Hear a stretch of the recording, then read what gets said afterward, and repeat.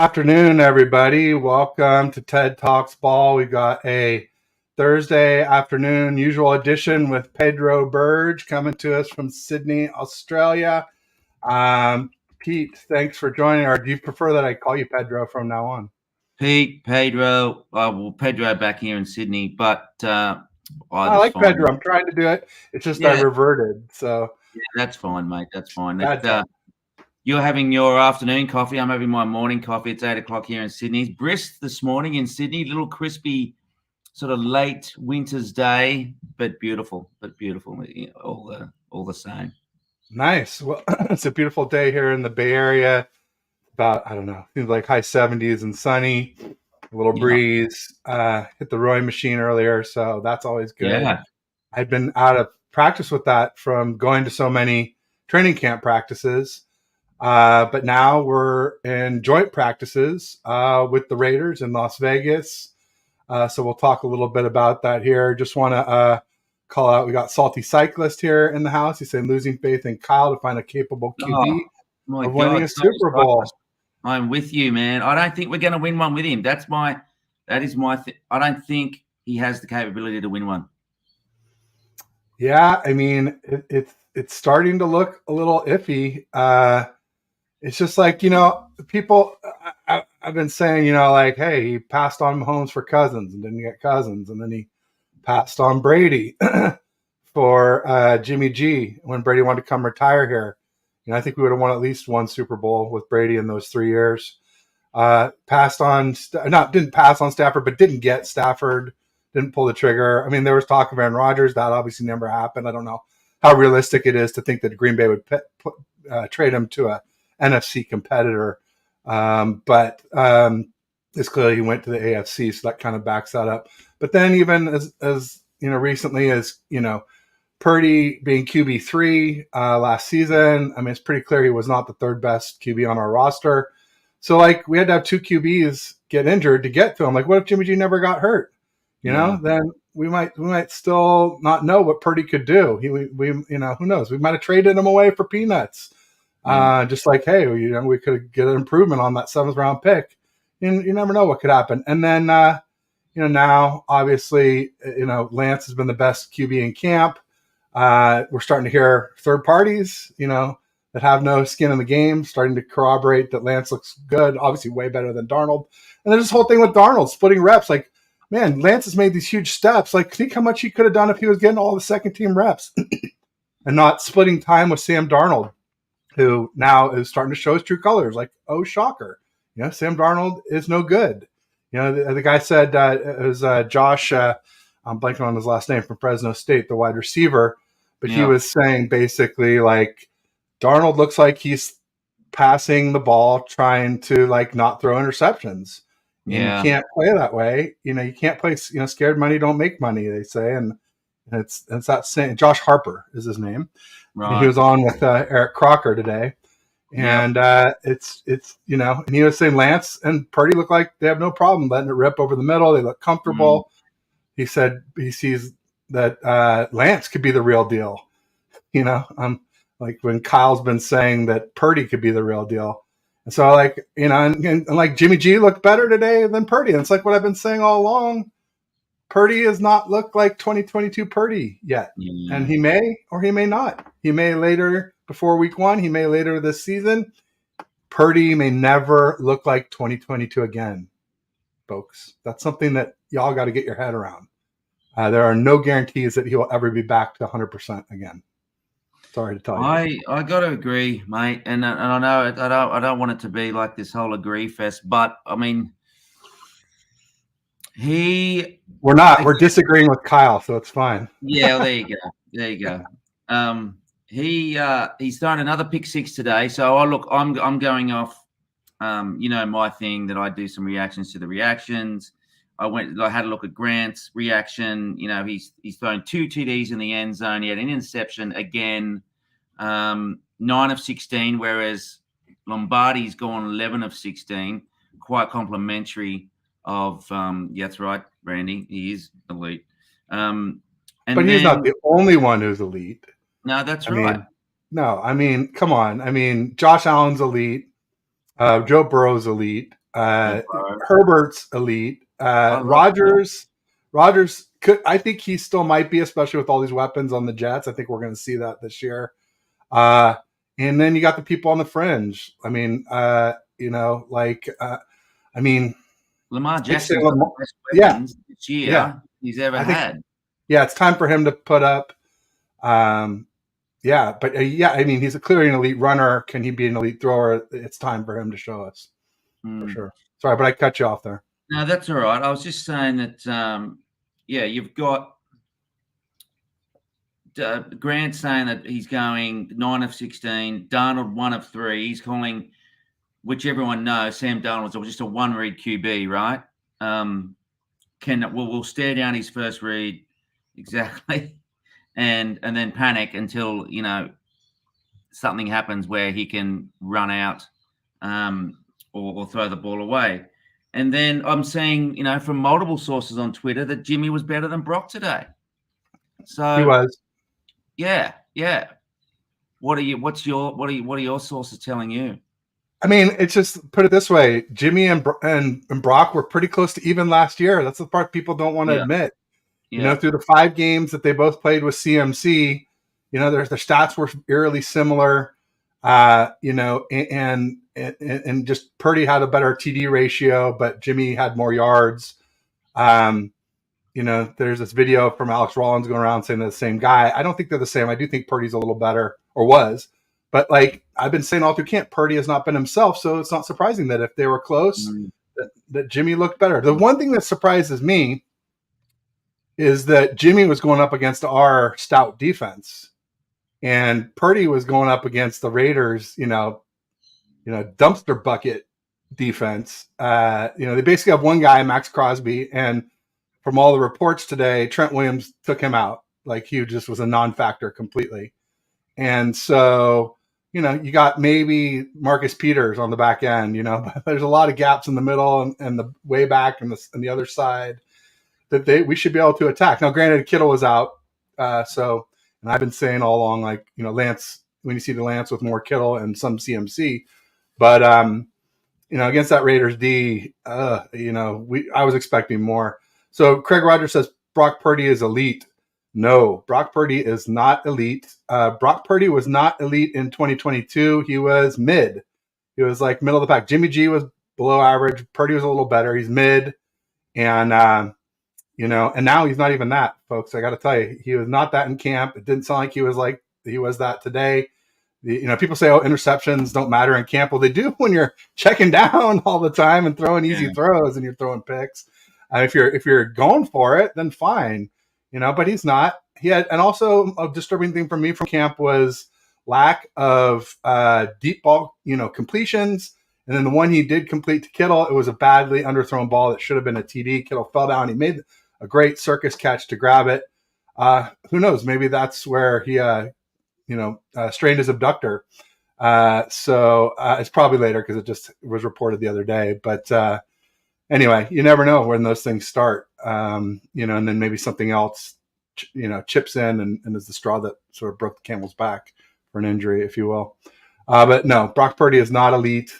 When you have the number one weapons and Kyle calling the plays and a solid offensive line, and you're not, the best offense, then you're not elite. So I'm sorry, he's not even top 10, Craig. I think he's more like 14 to 18, somewhere in that mid range. So I want to. This is from Lombardi. So first move the ball session. Garoppolo moved the Raiders to two first downs in field goal range against the Niners first team defense. Completions to Jacoby Myers and Hunter Renfrow. Drive ended with a third down incompletion to Devontae Adams on a deeper sideline throw, which we know he's not great at. But Adams caught it but couldn't get 2 feet down.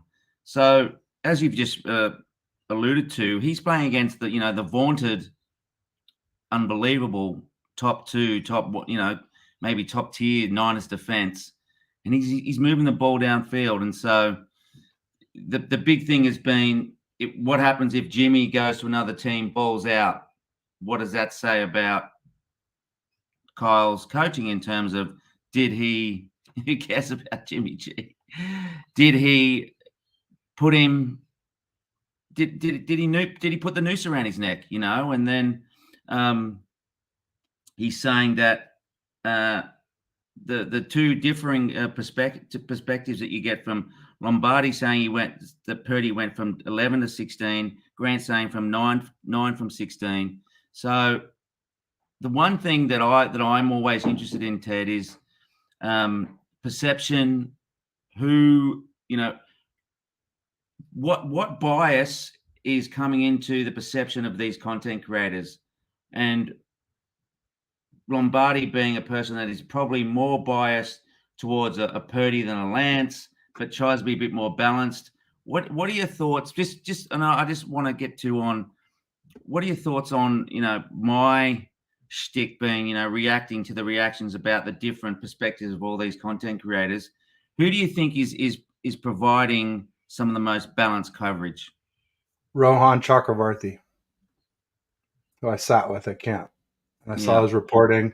I'll tell you, one that surprises me, because he will leave out things to make Lance look better or Purdy look worse. But like if you press him, he'll always be honest. And I thought there are a few of his write-ups where I was like, boom, that's exactly what I saw at camp today. Is Jack Hammer actually has been doing, like he and I argue on the timeline. And then when he argues with me on the timeline, he's very disingenuous.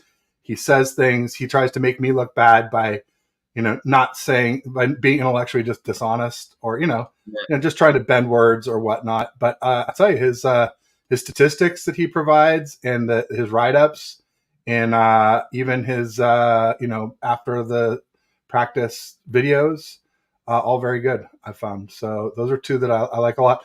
I find, Lombardi he's a homer. He's a Jimmy G homer. He's a Purdy homer.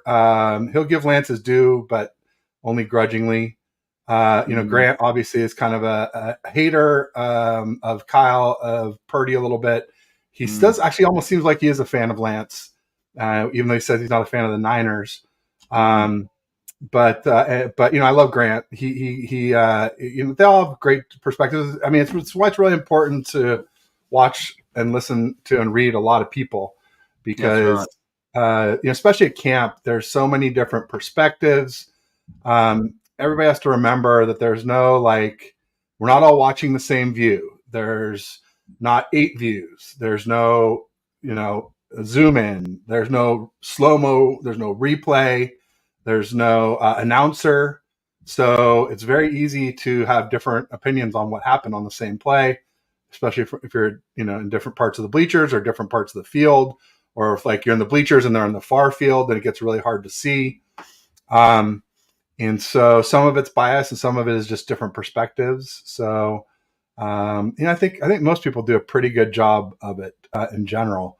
But like I said, it's prone for people getting different ideas from the same thing. And what about the injuries, Ted? So we've got broken wrist. That didn't happen today, did it? With Danny Gray, not Danny Gray, Ray. Abductor for Kittle, and I think a hammy for Dre Greenlaw, and another hammy with someone else as well. Danny Gray, maybe. Danny Gray, yeah. And the other sort of the bigger news that not many people are talking about, but which you sent to me yesterday, was the fact that we've got our owner in trouble with the SEC. Yeah, there have been some allegations leveled. They have a civil suit, but there's no nothing formal as far as criminal charges or anything. So I when I saw it, I was I probably DM'd you. I DM'd a lot of people. I was like, I'm not happy. Well, because here's the thing with Jed, before we get into what happened. But here's the thing with Jed, there was a time not too long ago where, a lot of people were wearing Fire the Owner shirts to the games, right? It was after Denise and Jed's father, John York, took over the team. And and all the way up to 2008 when Jed took over. And then obviously Jed took over for a while and they struggled longer. So nobody liked Jed. Everybody just thought it was more of the same thing until finally Harbaugh came in and, did great things. However, the thing to keep in mind with Harbaugh is great coach. Clearly, we did great with 3 NFC championships in a row, made it to a Super Bowl, obviously didn't win, but, pretty outstanding performance. But like he had a core of players that Scott McCloughan had put together. And so Harbaugh and Balky walked into this and they helped. They got Alden Smith on there and Bruce Miller, even though obviously he ran into legal issues. And I think Deshaun Goldson, one of the safeties they brought in, and maybe one of the corners, but those corners weren't great. So I'm not going to give them a lot of credit there. But they also, decided to play, like his name, with Patrick Willis. I can't believe I'm blanking on his name, and tore up his knee in Seattle. Bottom line is, I'm kind of getting far away from this, but so then people got happy with Jed again, right? But then there was a beef between Harbaugh and Balky, our coach and our GM, and Jed chose Balky, and that was a huge mistake, and the team fell apart, for 3 or 4 years. People blame Tom Sula, they blame Chip Kelly, but you really got to blame Balky a lot too, because he was like doing these ACL guys, and like you have to do an ACL every now and then because you can get such a great value, like how we did with Kalia Davis, like maybe like a 2nd or 3rd round talent who falls to the 6th round because of an ACL. But ultimately, then people were like, fire the owner again, and then they brought in. He realized his mistake, got rid of Balky, brought in Kyle first, and then Kyle brought in John Lynch. That's important to note. And that's why Kyle has final authority on all personnel decisions, especially, with QBs and wide receivers. Kyle has final decisions on all that. So, and then Jed did the right thing. He started being hands off and, letting the experts run the team, letting Kyle and John run the team. And more importantly, well, not more importantly, that's probably the most important thing, but a huge thing in addition to that was like, as soon as it was time, we spent all the cap. And not only that, but we provided large signing bonuses, which require liquidity up front. It costs the owners more to pay these large signing bonuses than if you leave the money in the bank or in an investment and you collect, whatever the returns on the investment or interest in the bank. It costs them more money to pay these bonuses. So he's done all that. And so like, when I saw it, I'm like, oh God, if he has to sell the team, it's like, there's such a high probability that next person in will be worse. That's right. They won't spend all the money. Some of these owners, like let's say, I forget the cap, what is this year? 224, whatever it is. 24. Some of them are spending 150, or I think there's a minimum. You got to spend maybe 175. Some of them are barely above that, and they're just leaving all this money on the table, or they're not. They're taking the money off the table and they're putting it in their pockets. And they're just like, sorry, people who buy your season tickets, but I'm greedy and I'm going to, take the money for myself. And so like, I really appreciate Jed York now because of, I think he's done a great job. I'm going to say I'm really proud of him for his he spends money. Right? What's that? He spends money. He's not shy. He spends money. He keeps his nose out of it. And lets the people who know what they're doing make the decisions. And that's what makes for good football teams. Anytime you have an owner who gets involved, like Jerry Jones, look what happens there. Like, they haven't even been to an NFC championship game since 96. So I know we've come short, everybody, but you got to get there to win it. We've been to 7 NFC championship games since they have been the last one. And obviously the 2 Super Bowls. It's painful to lose that late in the season. But it's even worse just to never get there. I mean, that's just futility. So, I mean, do you want to take over it all here? Because I've been going for a while. All I'm going to say is that, there's the charges, and I can go into what happened if you want to know the details. Look, I can give you some broad brush strokes of what I know is that he's on the board of directors of Chegg, which is an educational bit of software out of Santa Clara that obviously, helps students with exam answers, helps them to, be better students for the want of a better term. They introduced their sales dropped because of ChatGPT. Now they're using AI, and so they had a shot of a share Well, price. hold on. Let me break in there and tell you, it's partially because of AI, because of these GPT and Bard from Google, but part of it is that, at least from what I read, is that basically people were using this Chegg app. Students, I shouldn't say kids, but students were taking real time tests in COVID, and they were using Chegg to get answers to their tests real time.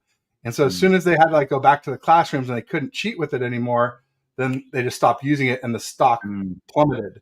And so whatever it was, whether it was that, it's probably maybe both, maybe that and the AI, whatever it was, caused the stock to plummet. Jed sold at the peak, made $1.4 million off, I think, 20,000 shares. I believe that was the math. That's the math. And that was why I tweeted something like, gosh, it's a little foolish to risk billions, to make less than 2 million. But maybe he's not risking it. Maybe, and these are allegations too, folks. None of this stuff has been proven. And there's no criminal charges pending or anything super. The people I've talked to since give me the feeling like it's not that serious. But I mean, time will tell. It's certainly not a good look, especially after what Eddie DeBartolo did. Paying for a riverboat casino license from a Louisiana official. I forget what level they were, governor, mayor, council person. But essentially what you need to know about Louisiana is it's a very crooked state. It's a lot like a third world country in a lot of ways, the way the government works there. And so a lot of times to do business there, you have to do payoffs. So I think the bottom line is, if you're an ethical business person, you just got to try and not do business in Louisiana. But if you do, you're going to have to do that. He did it, and then he got busted for it. So now people are saying, oh, well, Jed's finally learned how to run the family business now. Or I thought it was funny, but it was also like, oh God, I just hope it doesn't cost him the team, because like I said, I've really started to, I'm sure we could do better than Jed, but I mean, I'm 95% sure we would probably do worse, I'm just having a little bit of technical. Can you still hear me, mate? I can hear you. And there was a little bit of fuzziness, loose connection or something on your camera, maybe.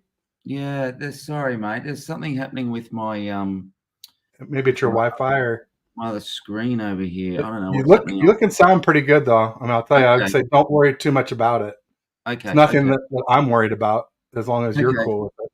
Cool. Real quick, I want to say, James Durnall said, sick of hearing about the QB competition. Or, well, do you want to finish up with the Jen stuff? No, that was it. The thing is that just a black eye. It's just a bad look. Well, that's the thing. We don't need any distractions, Ted. We don't need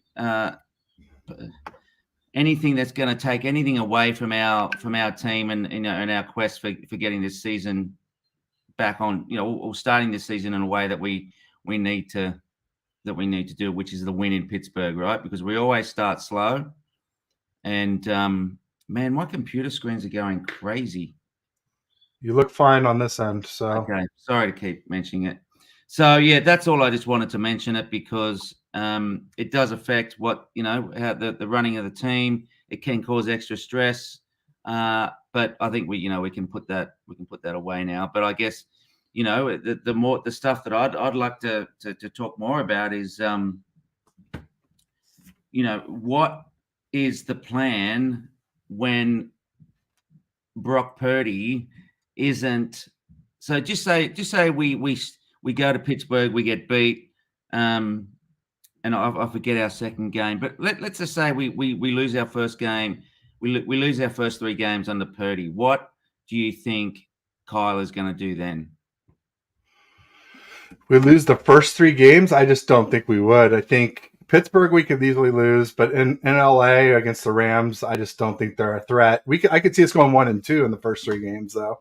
Lose to the Giants for the home opener, and Purdy's starting the whole time. I mean, I think Kyle's going to give more runway than that. I think Kyle's going to give Purdy at least 4 to 8 games would be my guess. Especially since we're a slow starting team in general. That's the hard part with all this. Whoever starts week 1, if they lose, it's sort of like, well, we were 3-5 to start 2021 and 3-4 to start 2022. So just us being a slow starting team, and it could be just shrugged off as that, unfortunately, whoever it is, and if Lance starts somehow and he is doing poorly, it could be shrugged off for the same reasons. I don't want either team, either QB to get a free runway because we've had 2 slow start seasons in the last 2 seasons. I think you don't want to have too quick a hook, especially with Purdy, because once you pull him, like, he's done. I mean, like, there's no going back from that if once you put Lance in over Purdy, because you basically said, unless there's an injury, I suppose, but I don't know. Well, that's the thing that I'm concerned about, is that he said he's the real deal. He's going all in on him, and look, Kyle probably didn't play all he does. He knows a lot more about football than I do, but the big fear for me is that he cannot. He's not going to have the flash that I think Trey can have, and I would hate for him to be put in a box. So just for example, today apparently Trey fumbled his first snap and then caused an offside on the second one, on the second snap, and then Kyle pulls him off the field straight away, right? Which is fair enough. You've got to slap him on the wrist if he's doing the wrong thing. But again, this is the thing that I talk about in regard to Kyle Shanahan being a person who sets people up for success, sets his young QBs up for success. I think that is I think that is a way that he's not going to be. He's just not giving. He's not giving Trey. When I think he hasn't given Trey the time of day or the right preparation, or given him hasn't set him up for success since the start, since the moment that he got there. Yeah, no, that's true. I mean, it's disheartening. It's making me lose. Like, I still believe Kyle's a genius, but when it comes to QBs, I'm starting to have my doubts for sure. Just real quick, want to call out Dion from Niner Gang Podcast in the house. Great creator. Check out his show, everybody. James Jernal's had some good points, so I want to circle back to him. One was sick of hearing about the QB2 competition. Purdy's the starter. I wish content providers would provide us some useful information, content creators. Look, this is the competition, although it's starting to look more and more like it's been a big mistake to have them compete. Lance should have been the one taking those QB2 reps, and he might be even further along. But ultimately, James, I mean, there's some people here who think that there should be a competition for QB1, and if Purdy keeps up the way he's been, I think you're going to see it. I think you're going to see where they're just like, yeah, Purdy deserved the job week 1 based on how he played last year, but he's not playing like last year. So you can't just give him the damn job if he can't play the same way. And it'll be hard to tell till there's a game. But, I think we'll see him in one of these preseason games before long, since we won't this weekend. But it's a competition for everybody, James. And it's interesting. QB is the most important position in football. And, and it's very visible. And also, before you're tackling, it's one of the only things you can really evaluate. The running backs, you can't tell diddly about what the running backs are doing, other than, they're running hard, but you can't tell what's a missed tackle and what's not. They're all kind of missed tackles. So also somebody said that John Chapman is good. John Chapman's outstanding. I sat with him in camp. He's great. We also went to lunch afterwards. Great guy, great reporting for sure. And he's been doing it for a long time. He's a coach himself. So yeah, John Chapman's outstanding. Like I said, I mean, there's so many good ones. It's hard to pick out. I just, blurted out a couple right then that I had really agreed with their write-ups from what I saw at camp, and also, from sitting by them. But what do you think about the QB2 stuff? Do you agree with me there? Well, I don't know whether, and I'd love to hear from James what he'd like to hear, because if he wants to ask a question, then maybe we both can give him some insight on, I've got obviously limited information, but I do read about it, watch it every day. Do that.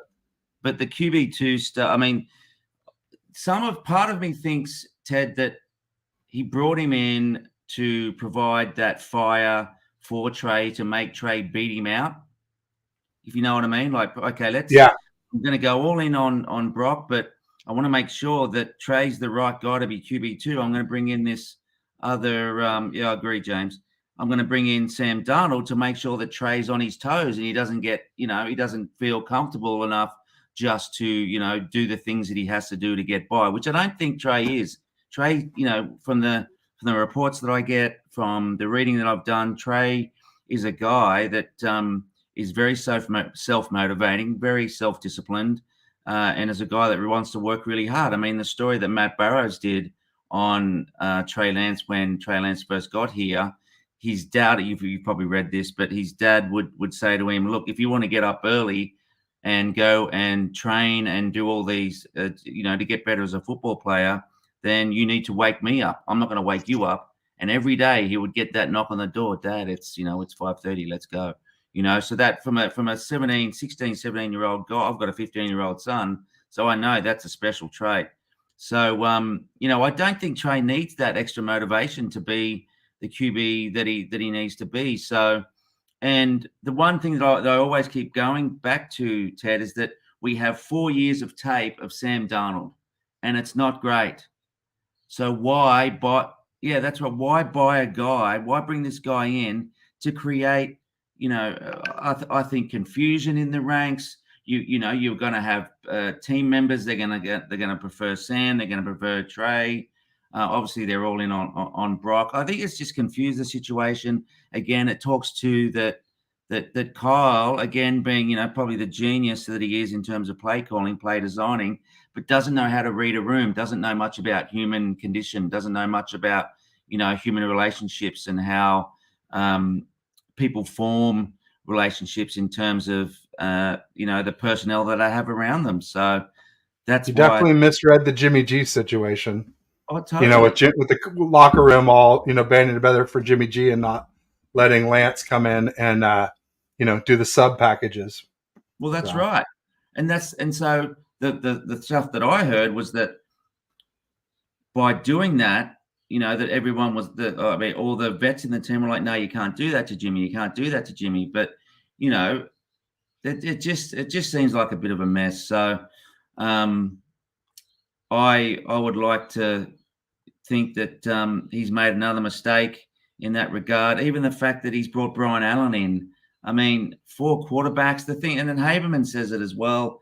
It's crowded. It's crowded out there, right? It's crowded out there on the QB field. And for me, if you need to get better, it's time on task, right? And the more time that you have working on your craft, the more chance that you have to improve. And so splitting reps with Sam Darnold, who was a guy that we know historically isn't a great quarterback, then it just shows to me that it's very, very it's not the greatest thinking. No doubt about it. Yeah, I mean it's crazy to me. I never understood Sam Darnold, and now even less. And it's like I said, it's making me lose faith in Kyle that he knows anything what he's doing with all these other mistakes he's made, and he just keeps adding to the list. It's like it just doesn't even seem to bother him. Real quick, somebody was asking about Bosa and injuries. Bosa. Let me just click this off.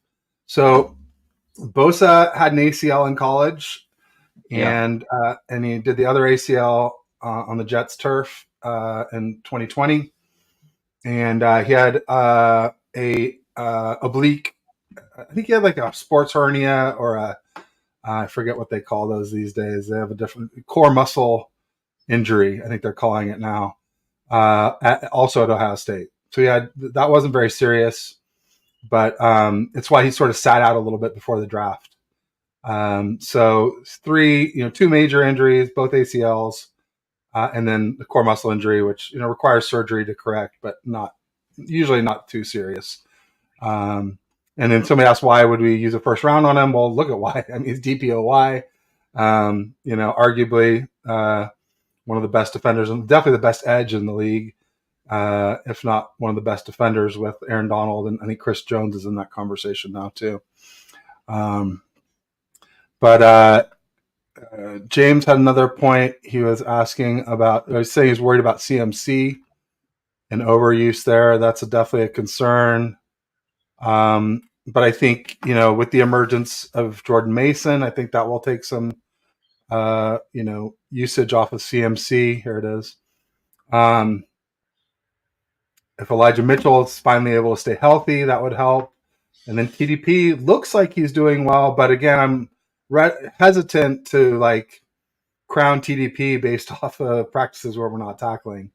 But he definitely looks more decisive. I'll say that. So hopefully that translates to when we are tackling. Third string, All Pro brought up Navarro Bowman was the name I was looking for. Yeah. McLuhan had drafted him, but Singletary hadn't played him, and so, or at least not much. And Harbaugh was the first one to start him with any consistency. So I'll give Harbaugh credit some there. But I mean, he was already on the roster. It's not like they were in charge of bringing him in. Anyway, can I just go back to what James said there? What he said about CMC, and again, this, I'm in agreement with James, because this is one thing again that Kyle, I think, lacks in foresight, is that he did it with he went Mostert, right? Mostert, he ran into the ground. He has a penchant that if it's working, he will not with running backs, right? They're very interchangeable. So Christian McCaffrey obviously is a freak, right? He's a Swiss Army knife, but he's right. Like he give him, instead of giving him 30 carries a game, why don't split it up with Mason and another running back? I don't think it's bring him in when you really need him, because James is right. CMC is not going to last all year running between the tackles, right? It's just not going to happen. No, you gotta stagger them. Yeah. We've seen them have injuries in 2020, 2021, and he somehow made it through 2022. But yeah, we can't run him into the ground. I hope we see. Never forget Debo too is another option at wide back too. Although I'd like to see him not take so many carries like 2021, but it's an option if need be. Anything to preserve them all, use them all as needed to preserve them all as needed. Yeah, use them all in a way that that keeps longevity in their legs. And every time that I think Debo's in the backfield, the defense knows what to do. They just stack the box and they stuff him. So I haven't seen, they haven't. I think that 2021 season was a bit of an anomaly, because they weren't used to him running out of the backfield. But what the other gentleman said in regard to those interceptions, all those dropped interceptions last year that Brock had, they are starting to rear their ugly head, right? Yeah, exactly. As far as there was that video by Alex Rollins talking about how many dropped interceptions Purdy had, it was a very high rate of dropped interceptions, and he cited it as like, hey, this is an area of potential regression for Purdy. Granted, yes, it's just practices. Someone was saying that it's just practice, but like I said, it depends. It's not just interceptions in practice; it's how they look. It's what you're trying to do. If you're pushing the ball downfield or going for tight windows and you're getting interceptions, that's fine. But if you're just not accurate and you're not able to hit on deep balls, it's a little more of a concern. John Vornis in the house. I call him the Vornado, saying hello, saying hi to me, hi to James, hi to Pedro. So Ted, we're talking about practice, not game practice. That's what practice is for. Yeah, sort of. But like when your other QBs are being efficient and doing stuff, and because people say, oh, well, Purdy's going against the first team D, and I'm just like, well, our defense is a lot deeper than our weapons or our own line are. Well, he went against the Raiders D today, and he still threw one. And the Raiders, and most of Purdy's receptions in camp were against Ambry Thomas and AJ Parker. And I'm telling you, those guys are closer to off the team than first team. Yeah. The second team D is playing better because Kinlaw's on it, and so like guys like Hargrave and Armstead showed up today when they're in the joint practice, but in camp they weren't playing to show out. They're playing to stay healthy. So Kinlaw is playing to show out, playing to get that contract because we didn't pick up his 5th-year option.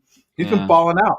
Not only that, but our O-line's injured. Feliciano and Jalen Moore are both injured. What's his name? Leroy Watson came in and he looked okay at first, but now he's starting to struggle. converted tight end to tackle. So, yeah, I mean, practice is not a game. I get it, but you just don't ignore it because people are like, oh, well, Jimmy G threw all these interceptions in practice and he was fine. It's like, well, was he? We just let him walk. Yeah, He's not that fine for 20 mil. Good QBs are getting 40, 50, 55, almost $55 million now. So, ignoring Jimmy G's interceptions in camp was probably a mistake too, folks. I'm going to just tell you right now. Yeah. So they don't mean everything. It's not like a game. It doesn't cost you, playoff spots, but it all counts, especially if you're paying attention. Learning mistakes. I get that. That's part of it. But part of it is also being able to run the offense. It's not, you practice how you play. I love it, Bam. There you go. I like that. Trial and error. And again, there's truth to both, and there's no absolutes, but there's definitely, if you start to see it over and over, it's like, you're probably in trouble. It's probably not a good thing. Well, that's what, just before you go to Bam, it's one thing that Grant says, that every day he throws a pick six. That's what he's getting used to doing. And look, I wasn't at training camp. You could tell me, Ted, what was there a pattern in the interceptions that he threw? Well, they were mostly all short. I'll tell you that, because it's what he mostly threw. Short over the middle and dump off in the flats. I don't think he had many deep picks, but there are so many overthrows and underthrows deep. I think he literally had one good throw deep that was like on target out of, I don't know, 10. It was a lot, and a lot and a little. So you practice how you play. Randy says, never play a sport. I'm just a little guy. Well, hey, you don't have to play to have a good opinion. It helps a little, I think, but I don't think it's the end all be all. There's plenty of people who didn't play that have good opinions. And, part of it is just like reading and watching and listening to a lot of really smart people. Luckily, we have a ton of those in the Niner fan base. So that's really helpful for all of us. If the league knew Bosa was a potential monster league, even with the injury. That's exactly right. People knew what he could be, what he was. And they also knew he had a really high floor too. It was not like, a Trey Lance situation where you have a low floor and a super high ceiling. It was like Bosa had a high floor and like a crazy high ceiling. Manning figured out after 20 interceptions rookie year, he must have learned something. Yeah, I mean, so many Hall of Famers started out rough in their first 5 games. I'd say more did than didn't. Probably a lot more did than didn't. So it's not.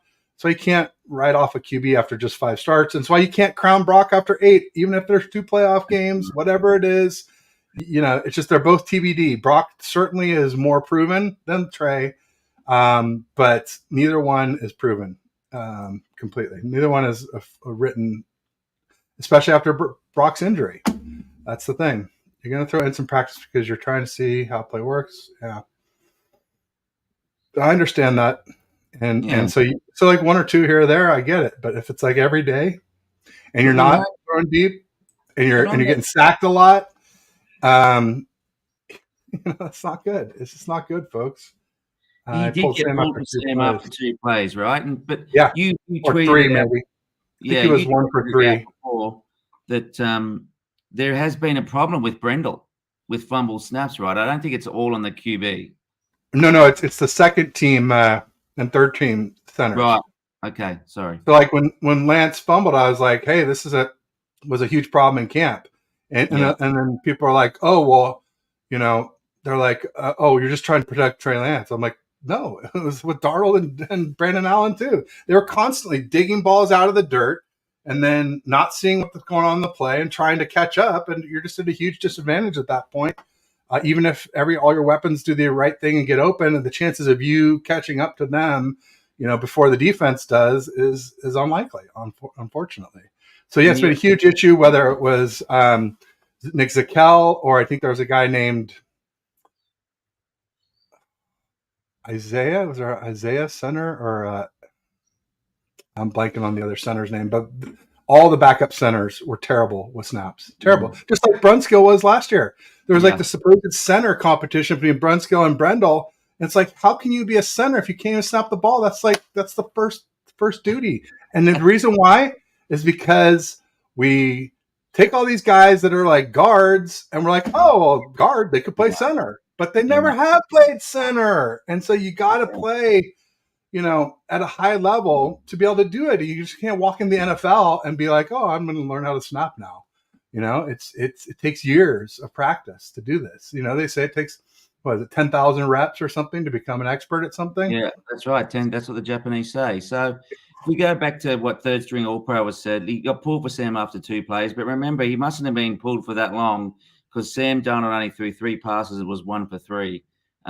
Whereas at the back end of Trey's practice, he led the ball down the field. This is what I'm reading, and you will back this up, Ted, is that he led the team down the field, threw a touchdown on fourth down. And Cameron Latu, who is, sounds like he can't catch a ball, dropped the ball. So that's got to be a good thing, right? Then I heard the most galaxy brain thing I've heard on the Twitter app, or whatever we're calling it these days, the X app. Yeah. In the longest time, somebody said, "Oh, well, clearly Latu doesn't like Lance, and so that's why he's dropping the ball because he's gonna like sacrifice his spot on the roster so he can keep Lance from being QB1." Like I'm like, you, whoa, this is cuckoo nuts time, folks. Crazy people out there just saying stuff that like doesn't even make sense. It's like Latu may not make this roster. I mean, Braden Willis has been way better than him, way better. And like Warner hasn't been good and Dwelly hasn't been good, but they've been there for a while. Kyle trusts them. He's had them on the roster, so you have to unseat them. And so Latu's run some great routes. I will give him that. But man, these drops are like, I'm like, this is getting ridiculous. And Simicus in the house, you're saying it's shady. I'm just trying to catch up a little bit here. But also James asked, why did the Cards pass on Bosa? Because they wanted a QB. They had just missed on Josh Rosen the year before, and they didn't even give him time. And at a time, I thought they were crazy to do it. But honestly, Josh Rosen has proven he doesn't belong in this league. So he's the type of guy where it's like he had some physical talent, but no work ethic. He was entitled, I think wealthy, and just, and just, didn't have a good attitude, didn't have a work ethic. And so kind of like a Jamarcus Russell, not necessarily the wealthy part, but the work ethic. You can have talent, you can be a hard worker, but you kind of have to have both. You have to work hard and have some talent, or it's probably not going to work out for you in the NFL. No. Ted, getting away from the QB stuff, Bosa. When are we going to start? I'm concerned about it now. And look, they're being very tight-lipped about it. John has said that they're going to remain respectful, that they will not air or talk about the way in which the negotiations are happening. What is your read? On Bosa, I mean, I've heard some different things. I've heard that the deal's already in place and they're just waiting to announce it until we get a little further along. Like he, works out on his own and keeps himself in great shape. And so, there's like a risk to playing this early. Like they might wait till cut downs before they have him practice till, there's a lot of people that are playing right now that are like gunning for a spot, and, to get a spot, they might do something that another player might not do once they're on the team. I don't know, but I just, like maybe a low block or something like that. So I think they're just trying to protect him. I think that's it. I'm not concerned. I mean, I'm a little concerned because the longer it goes, the more you wonder. But part of the reason I'm not concerned is as much as I like Bosa and as much as he's incredible and DPOY and everything, like everyone has their price. And so like there's a number where you get to that number and it's like, sorry, I'd rather have that money and these picks that we're going to get for you and just move on. So as much as I like Bosa, and I think, I want to see him because I want to see this defense. I think it could be better than last year, especially with Hargrave. I think he's a monster. Sounds like he was all over the backfield today in Las Vegas. Ultimately, there is a number, and I don't want to pay a defensive end much above $35 million. I mean, I think even 35 is a little much. I think like 33, 34 is sort of my northern edge. And it all depends on the guaranteed money, of course, but just to keep it easy for calculations, that's sort of where I am. I think I'm hoping for like 32, 33. Well, what did Donald get? 31.7, but it was an extension, so it's like not like new Mm, money. mm. So there's a chance they're saying that and they're trying to get him for like 31 or 30. But I think Steph Sanchez had a great video. She's like, well, as long as I get Oh, I've more got to than see Joey, that. I'm gonna get more than Joey, right? I think there's a little bit of that too. Like, it was like, I think he wants the most. I think he wants, and I think he'll get Yeah. it. I think he'll get the most. I think he'll get more than Donald, but not a lot more. And that's maybe where they're sticking. Or like I said, it's been thrown out there that maybe it's already in place, and they're just for safety's sake, for such a huge investment. There's just since he's so good at keeping himself. It's not like Debo where when he held in, he fell out of shape. Like it's very reasonable to assume that Bosa's still in peak condition. He just needs Oh, like yeah. probably a couple weeks in pads to get up to game Yeah. shape, so, Yeah. or up to like just to get the calluses or whatever. I want to read this one out. I like what did Niner Gang say? What about Oh, Jimmy? there's a expletive in there, but he said I couldn't stand the interviews deriding Jimmy, asking players how they felt if they missed him and all that crap. Like WTF? No one cares. He's on the opposite side, so it's like F Jimmy. Period. F Jimmy. Me too. Yeah, I mean, I put the thing in the title, but it was more just because it sounded like he won practice, and so I was a little bit demonstrative saying that Jimmy smoked Purdy, but I think it was probably closer than that sounds overall. But like I said, that he's going against the Niners D, the vaunted Niners D. I won't call it number one without Bosa, but the vaunted Niners D against the trash essentially or putrid Raiders D. It sounds like Marcus Peters was playing well. He had an interception. But he's like this kind of ball hawk type where like, yeah, he'll get some interceptions, but he'll also get toasted too, trying to get him when he misses, which happens to a lot of ball hawks. So Ray says, I think this defense is very good. God give them some credit, not just the QB is trash. No doubt about that. And I'm not saying anyone's trash QB wise. I think Purdy just isn't his self. I think he was kind of mid last year. I think he's a little bit below average in camp, but I think Lance was maybe just a whisker ahead, or I'd say noticeably ahead. So, and when you say that, Ted, like, is it in terms of how he like? Because some tweets that I saw from Raiders content creators is that he looked way more comfortable than Sam did out there. Is that what you saw? absolutely, yeah. Sam was checking down all the time. Yeah. Not throwing a lot of interceptions, but just almost no wow plays. Yeah. And Lance was pushing the ball. His arm looks more alive. It just every which way. Lance was better than Darnold. Plus, like Lance won, I think one more day than Darnold won, and Darnold had two of the worst days in camp. So that's the other thing. Like every day that Lance didn't win, he was the second best QB out of the four. So there's a consistency factor with Lance too that Darnold did not have. So Trey had the second most reps today. Yeah, he went second. Kyle benched Trey because he had some fumbles, and then 3 reps. Yeah, and then he brought in Darnold, and Darnold did worse, and so he put Trey back in, and he did well and moved the ball with the third team. I think there's also like some bad blood between Kyle and Lance for Lance going to Jeff Christensen. I think Kyle had him set up with Jeff Beck or Rod Beck or whatever the Beck QB quarterback was, and Trey's just sort of like, hey, this isn't working. I'm going to go do my own thing. And Kyle, with his infinite ego, did not appreciate that. And so, and just so people know, I am a Shanna fan, but the more each time one of these things happens, a little bit the foundation chips away, and like, so I've already like said with QBs, I don't trust them anymore. Third round running backs, at least until TDP really proves himself with tackling, don't trust them there either. And now there's just more and more things starting to pile on. So we'll see how it goes. But for now, I still do think he's a genius, other than QBs and third round running backs. Jimmy's injury gave us Bosa. Yeah, there's some truth to that.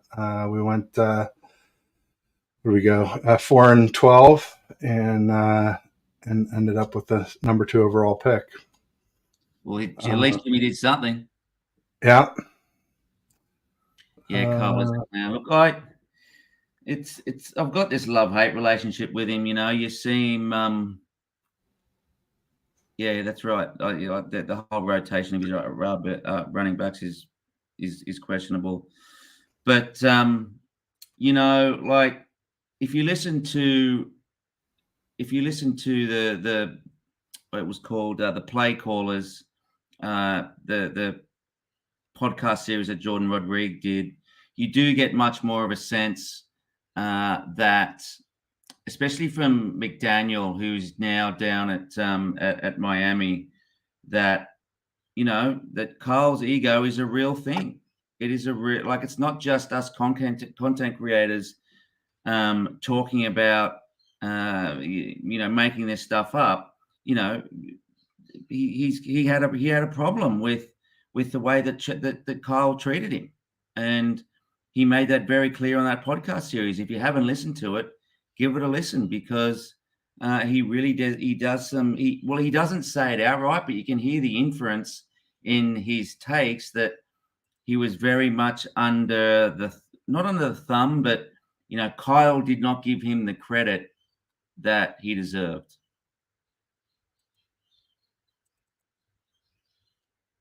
Did you cut out? No, gotcha. Okay. I was just talking about how I'm just trying to. I always forget his name. Down our OC from 21.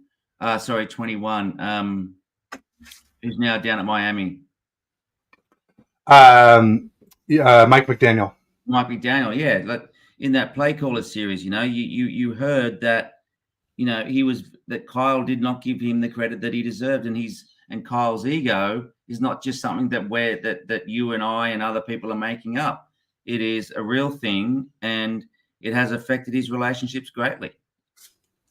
Yeah, no doubt about it. No, it is. That's another thing for sure. And John Vornus was asking who the centers are. Jake Brendel, number one, obviously.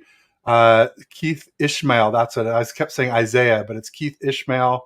And I guess Corey Luciano is third. But I'm pretty sure Nick Zakel, who is listed as a guard, has played some center too. And that's just the problem. We have like all these converted guys trying to play center. Like draft a center, Kyle. Draft a right tackle, Kyle. Like protect these investments. Well, because they're not investments. That's the thing. He looks at QBs almost like running backs. They're just interchangeable cogs. He just wants a mid robot who does what they're told. He doesn't want a Mahomes or a Herbert or a Burrow. It's just starting to become clear to me that he just doesn't want that. It would take too much from his. They would improvise too much and take too much from his spotlight, steal from his thunder. Again, ego thing. So yeah, good luck with that, Kyle. Luck is a superpower. Don't be hating. Haters make poor debaters. They call tomatoes potatoes and hurricanes tornadoes. I like that. Wow, Randy with the bars, the rhymes. Love it. Very cool. James says team is full of Swiss Army knives. Debo, CMC, Juice, even Kittle is a glorified lineman. I like the fact that we can use it at different locations, but I'm concerned over CMC. Yeah. I mean, the good news is that even if something happens with CMC, we still have Debo, who can do that same type of stuff. Yeah. And vice versa. So, we do have some redundancy there with the two of them. Spread the ball. Absolutely. That's the best way to keep people healthy. And it also keeps them rested too. So you're going to get better performance and probably more longevity in addition to it. Bam was being sarcastic. Stop taking the value from these practices. These values are crucial for our success. I agree, because that's the thing, guys. You're like, oh, interceptions don't matter, but like ultimately we're trying to decide who our quarterback 2 is, supposedly. But I mean, I'm thinking we should be figuring out who our quarterback 1 is. Yeah. If Purdy doesn't show improvement, and I don't know when that happens, but at some point you're going to be like, oh damn, we should have been giving Lance the first string reps, all that, because we're already saying about second string reps. We're already saying he should never have been sharing with Darnold. Never should have happened. Now and then we're getting to this point where like, oh, you know what? Like we should have been having Purdy and Lance split first team reps. Well, what happens, right? What happens if now? No, I'm not saying it's going to happen, but so Brock flames out, right? And Trey hasn't been given enough reps to be ready to be QB1, and then they put Sam Darnold in, who just messes everything up. I mean, it'll just be an absolute nightmare, Ted. An absolute nightmare. Yeah. Which is not. I don't want to. Yeah. I love this team, and it's one of the most important things in my life. This team. So I care deeply, and I want to make sure that they are handled in the right way. Because again, it's not about Bam Bam. He did. This is what I'm reading as well. It's the thing is I keep on coming back to, and sorry, but it's not about one guy. It's not about our coach. It's about the whole franchise. It's about the storied history of this place. It's about us getting a 6th Super Bowl. So. Yeah, I just I want him to handle it right. But anyway, I want to know where James Darnell's from. He said that he doesn't get college football where he's from. Where is he? He must be. Where is he, in Venezuela or something? I have no idea. I've never seen James before, so this is the first time. So welcome to the show, James. And if you want to tell us your rough geography of where you are,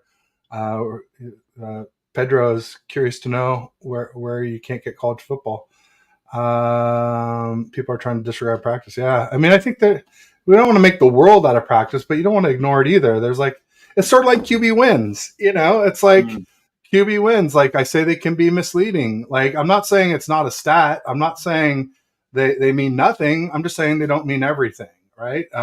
Same thing with practice, right? They don't mean everything, but it doesn't mean nothing either. There's something to be taken from it, and it's important to keep an eye on it. Randy and Brock leads a team as good as I think Lance. There could be respect for them. He got passed over captain last year, but I should notice that Brock has a C on. Yeah, I bet Brock does if he can get back to his 2022 form and actually earn that spot. But that's sort of TBD. Sam at the least. See how it means very, very little. Well, no. I mean, Sam had the least because he got in there and stunk it up. That's why. Yeah. Lance season full effect. Love it, Niners all damn day. Please. I'd love it to be. So we've got the first preseason game kicking off. Yeah, Sunday at 1:00 my time. So what is that, 5 in the morning your time? It's 6 o'clock in the morning here, but Texans and Pats is kicking off now. I've just got DAZN on my phone. There's been a big hoo-ha down here in Australia because the Game Pass that we all pay for down here to get all the it costs $270 a year to get all the channels, Hard Knocks, the NFL Network, all the old Super Bowls, etc. And now the NFL sold it to DAZN or DAZN, DAZN, and the quality has been terrible. And a lot of us are just jumping up and down, pulling our hair out. But again, I've got it on my phone at the moment, and it looks okay. So hopefully they've done an update. Anyway, that's just something for our the Aussie viewers that are tuning in. I've heard the same thing from the Great Britain, from my 49ers faithful UK folks. I've been saying the same thing. A lot of complaints over there too about the Game Pass. It's a real shame. I'm sorry to hear that. And the thing that sucks is there's no competition with these things. It's like they pass. No, there's not. But it's just like this monopoly, essentially, that with your SOL that's out of luck if it doesn't work out well. Looks like we have a Raiders fan in the house saying Raiders. Welcome, Carlos. Tell us. Not big on Raiders, but hey, anyone's welcome as long as you're respectful. So welcome. Were you at training camp, Carlos? Tell me what. I don't think there was. I think it was just reporters today, and even they had terrible. Sounded like they're 2 fields away and couldn't see. I saw so many complaints about. It's not like 49ers training camp where there's bleachers so you can get up 5 rows and 6 rows and see, to the next field. They were on the grass and couldn't see. So kind of have to take some of these reports with a grain of salt due to poor vision as well too. And apparently one little scuffle regarding Jennings, of course. Jennings with the TD pass to Christian McCaffrey. someone blocked him. So he was overzealous on a block, apparently. There you go. John says, the soccer coach, I play each player at every position, and I eventually make cuts. I do not want to miss talent or different positions. Practice is most definitely crucial. Absolutely. Agreed. Randy's still saying practice, not game. Again, you guys are both kind of right. You know, it's not everything, but it's not nothing. So, let's see here. We're also starting to run a little short on time. I just have a few minutes left. Was there anything you wanted to get to, Pedro, that I may have missed? No. It's just that, let's just wrap it up, mate. Pats are about to kick off against the Texans. There they go. It's kicked off. Anyway, just that. James asked who we think will take Ray's spot on the 53. Well, they're not gonna. He's not gonna get off. But no. But I mean, for week one, because Ray will be on the top. There's probably 5 of them, right? Danny Gray. Yep. Ronnie Bell, the yep. vet. Remind me. Jameson. Yeah. Corner. Yeah. Where you from, James? Tell us where you're from, mate. So yeah, I guess they're kind of the ones that spring to mind. There you go, Randy Tona. Purdy is not it. Yeah, I think you can't trade Trey Lance. You can't trade anybody until they're proven. One steps up as the franchise QB. Raiders content creator really taking these scrimmages seriously, using embarrass big, demolish videos about this scrimmage. Well, the Raiders, the reformers got to take their W's where they can get them. There probably won't be many this season, so you got to take them here in the off season, most likely. When you suck in the regular season, you tend to hold that against. Yeah, there you go. That's exactly what he's saying. Good job, Sean. Sorry, you read my mind. You actually said it before me, but I honestly hadn't read it yet. Agreed to evaluate, but the first 50 players in camp doesn't mean you're gonna get those same top 50 players. Yeah, no, I mean, there's mistakes can be made, no doubt about it. But the biggest way mistakes are made is by not evaluating people. And we didn't even give Brock Purdy first team reps last offseason. And, and then all of a sudden he's QB3 to start the season. What if Jimmy G never got injured? We might never know what we had with Brock Purdy. So this whole thing of we're going to need them all. They'll all get a chance no matter what. That's not true. You never know how it's going to play out. And we might end up playing not our best quarterback the whole season. And ultimately people are like, oh, what if Brock does this to the Raiders or that? I'm like, you know what? Brock's got to win the Super Bowl for me to be like, okay, he's my guy. Because we've gotten to the NFC Championship game, we've gotten to the Super Bowl. The only thing we've done is won one. And so, if for any of them to be my guy, hey, I'm happy with this guy moving forward, they got to win the Super Bowl. So that's it. Put up or shut up. But yeah, I think I don't think I'm going to probably be able to catch up on all these comments. But I just want to say thank you, everybody, for showing up today. We had great audience participation. Thank you, Pedro. And next week, when you have more time, we'll do it on your channel and stream to mine as well. And I'll just say peace and go Niners. Go Niners.